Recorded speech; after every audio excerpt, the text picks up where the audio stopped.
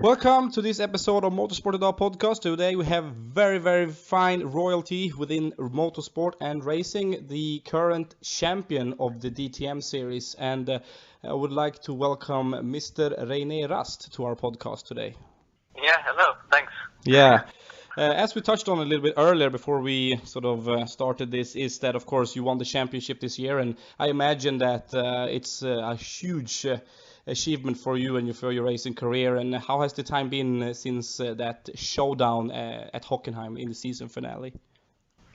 Yeah, as you said, it's actually my biggest achievement in motor racing so far. And obviously it has been always my childhood dream to win DTM one day. And since then, I think it was end of October I won the championship, or mid-October. And from that point onward, I was basically on the road, basically every day, every week. There was actually no day off. There was always something to do, which is quite nice, obviously. But after a while, it can get a bit tiring because it's quite exhausting to travel a lot. But yeah, I don't want to complain. It's a nice time, and I'm enjoying the time very much. That sounds very interesting. It's nice to hear how you've been spending the time since that very race, and it's been a very interesting season. Unfortunately, here in Sweden, where I live, the broadcasters aren't that good. If you don't have Eurosport, which I don't have, unfortunately, but you're very good at streaming the races on your website or on your YouTube channel specifically. So that's really great. With that said, now. What specific strength could you touch on that you feel within yourself that you have that sort of benefits you when it comes to racing? I'm analyzing quite a lot, which means I'm taking lots of data, analyzing into account. So before actually I arrive at the track, I'll look into lots of data, lots of videos, onboard videos, and then on track the same after every practice session. Before every qualify, after every race, I just have a look into the data. I obviously get all the data from all Audi drivers, so I can compare quite easily where I lose or where I gain. And then I just build the perfect lap in my mind, and then I just have to basically, do it on track. So this is one of my strengths. I had in qualify. I was always very strong in qualify. Had the best average qualify position in the whole grid, which then obviously was leading to many points in qualify, and then obviously once you are up front and qualify, the race is sometimes a bit easier, sometimes not, but the starting position is always very important in DTM, and this year, as I said, I was strong in qualify.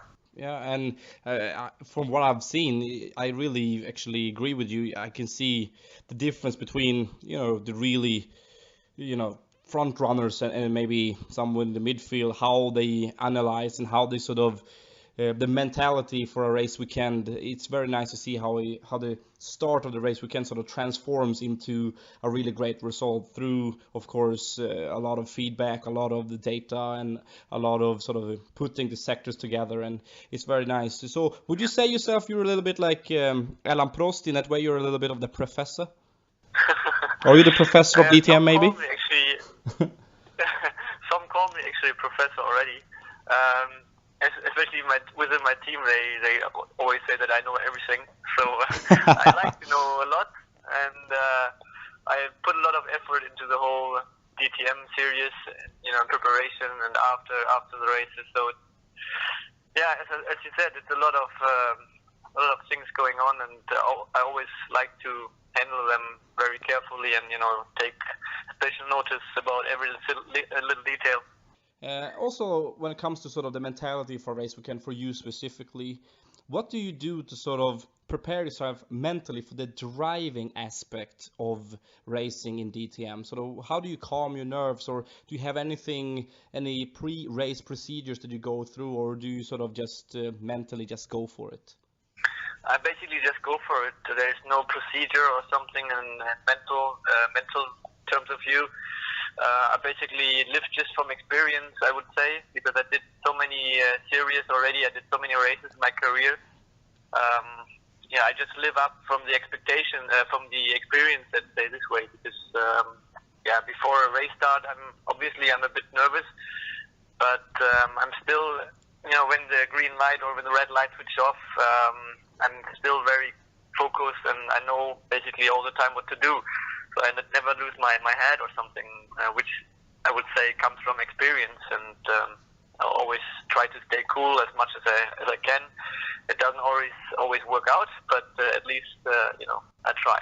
Yeah, well, that's awesome. That's what I like about people with the DTM. You seem so chill and so relaxed, and when you go on the track, you're just warriors going at it. And that's why I love speaking with you. And of course, I spoke with Matthias earlier as well. And you are just fantastic people in that series. And it feels like you have this camaraderie, although you really are fierce competitors on track. Yeah, we have a good relation, I would say. I mean, Matthias, I'm highly respecting him because what obviously he did in the past. And I just said some weeks ago when I was racing VW Polo Cup, this was in 2005. I was watching DTM and Matthias was racing there, and he was actually one of my heroes. I was looking up to him, and I saw him racing, and he was always like so far away from me.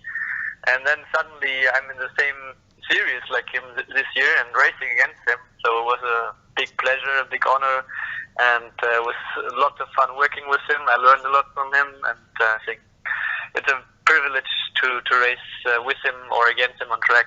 Yeah, well, it's great to hear, and I think the Swedish racing fans is gonna appreciate that. You're very strategic, driver. Not only are you the professor, you also know how to get along well with the Swedish fans. Well played, well played.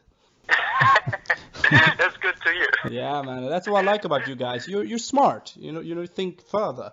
Your next step is Formula One, that's for sure. If you keep this up, you're gonna be there very, very, very soon.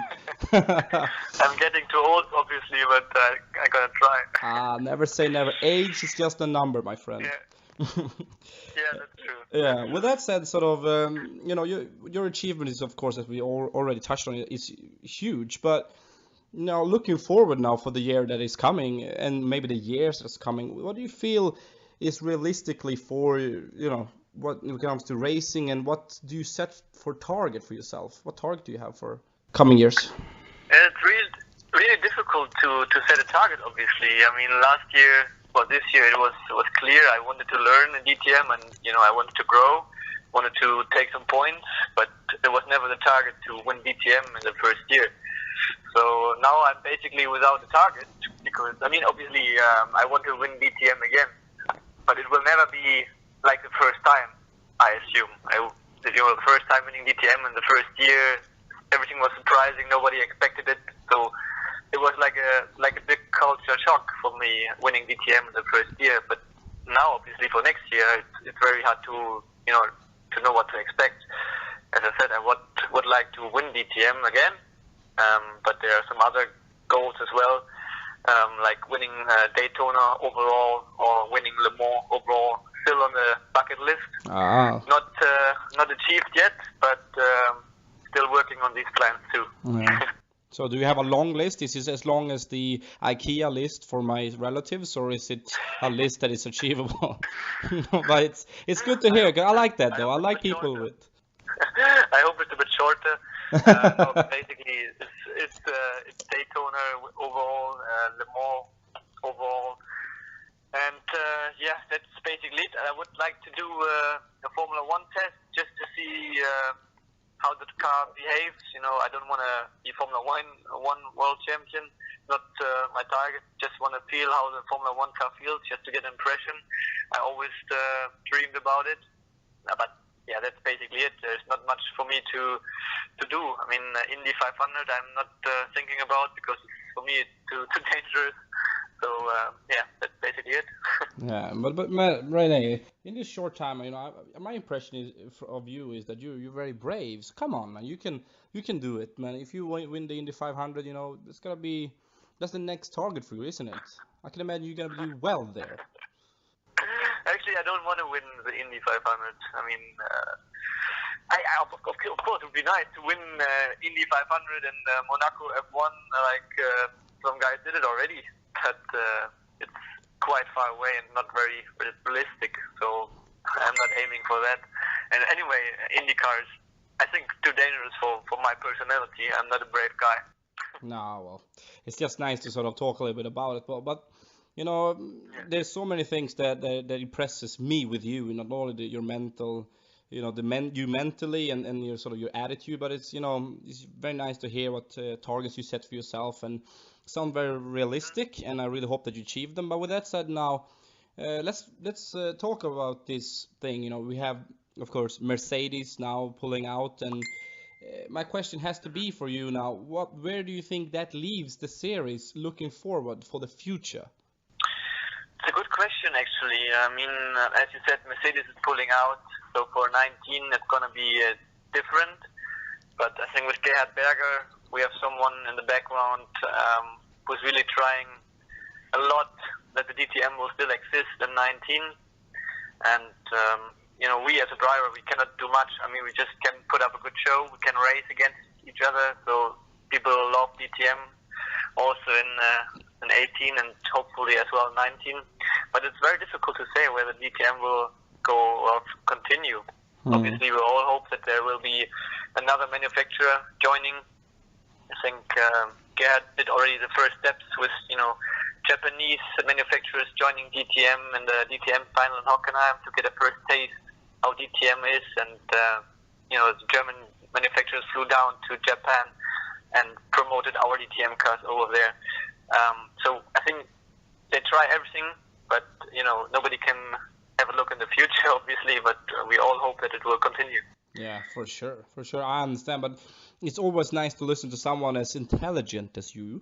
Your view on it because of course you're in it and you know way more than I. I'm a Swede. I live in northern part of Sweden. It's barely snow outside, so it's a big difference. You know more than I do because I'm not very into it right now. Well, no, but this is what I like about you because then it means we can feed from each other, my friend. That's exactly how we work here in Sweden. Yeah. Give and take, Perfect. you know what I'm saying? So that's great. But so you talked about Daytona. Do you mean the Daytona 24 hours, or do you mean the Daytona 500, or? Yeah.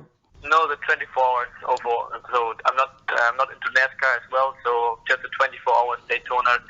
I participated already like 8 or 9 times in the race, the 24 Jesus. race, 24-hour race. I finished third this year overall, and next year I'm gonna try again with Mazda Team Joest to win overall, obviously. So this is still on my bucket list. So that means that if you win, then you have to send me a very cool selfie. All right? Yeah. Yeah, that sounds really good. Perfect. Yeah. That. Promise. Yeah, but that's cool. But sort of looking now with your racing career, because you have sort of almost like a rocket career up to where you are now. You talked about maybe you don't have to prove yourself when it comes to sort of winning the championship, but now as a champion going into next season, how will you mentally prepare in that way? Sort of, would you just take it race by race, or is it something that will change now that you won a championship, or how would you sort of look at the season now? Many people said already that I will have more pressure now, but I see it completely in a different way around. Because if I would have finished second or third this year, I would make my own pressure for next year that I have to win the championship. And now I won it already, so actually I achieved what I wanted to achieve, and next year I just can, enjoy the series. And actually, I have no pressure because I won it already. So I have achieved everything from my personal point of view. And next year I will just do the same like this year. Just go race by race, try to maximize every weekend, see where we are, and then in the end, if we win again, it's obviously nice. But I'm not gonna go to Hockenheim and say I want to be champion again, and I will just force it. So that's not the way to go. I think we are all experienced enough to know that this won't work. So you have basically to go to Hockenheim and enjoy the first 2 races, and then just continue from there and hope that without bad luck or whatever, it just continues in a good way throughout the whole season, so that we are able to fight for the championship at the final weekend again. So that's how I will approach it, just from weekend to weekend, see how things are going. All right. I think that's the right mentality to have. I only have two more questions for you, and one of them are if you could choose a few racing series outside of DTM that you would like to test out, if it would be, of course, let's play with the thought it would be realistic. Can you name some series that you are intrigued by, drivers that have motivated you, or that you are intrigued by in the way their persona is, or whatever? One is obviously Formula One, which comes in my mind, because in Formula One normally they're the best drivers in the world, the quickest cars in the world. So I would like to see, obviously, if I could, how I will manage in a Formula One car against all these great names like Sebastian or Lewis or whoever is up there. How I would, stand out, or would I go down, or whatever. I would just see how competitive it is, and if I can still, learn or whatever. And the second series would be something different. I would say it's CVA supercars in Australia, which I never tried. I'm always try to look up the races and on YouTube when I missed one, which is one of the coolest championships I've ever seen. It's pure racing, and I think these two championships are quite nice ones. Yeah, for sure they are. And the last one is very simple. Before the season kicks off again, how will you spend your free time? You're really sort of the time off where you can choose what to do and don't have to speak to a lot of supporters and media and stuff like that. Family time is for me most important. I've got a little son. I didn't see him a lot the last couple of weeks, so probably family time, bit of sport, nothing crazy, just normal life like everyone else lives. There's no big hobby or something I do, so just normal family life, I would say. All right, that sounds cool. So is there any sport that you're good at, by the way? I have to ask, because then I have to challenge you in something. It would be awesome. I'm not really good in sports, to be honest. I do what I need to do. It's a bit of running and a bit of gym, but I'm not very good. I'm not competing in running or whatever. I'm happy if I do my 10K run in below 50 minutes, and that's it. All right, but that's how it should be. Don't make it complicated. Straightforward. Yeah, right. Well, first of all, I have to say though, thank you very much. Your time has been absolutely awesome. I'm so glad you took your time. It's been an absolute honor for us. Thanks a lot. And I can't wish you anything else than a great continuation to what's left of this year. Thank you, Rene Rast. Thanks a lot. Thank you. And the fireworks erupt as Marco Wittmann wins, but winning the DTM Championship for 2017. Rene Rast. Well done, mate. We are the champion. Unglaublich, sensationell. René, danke. Sensationell. You did it! The delight. Rene Rast becomes a champion.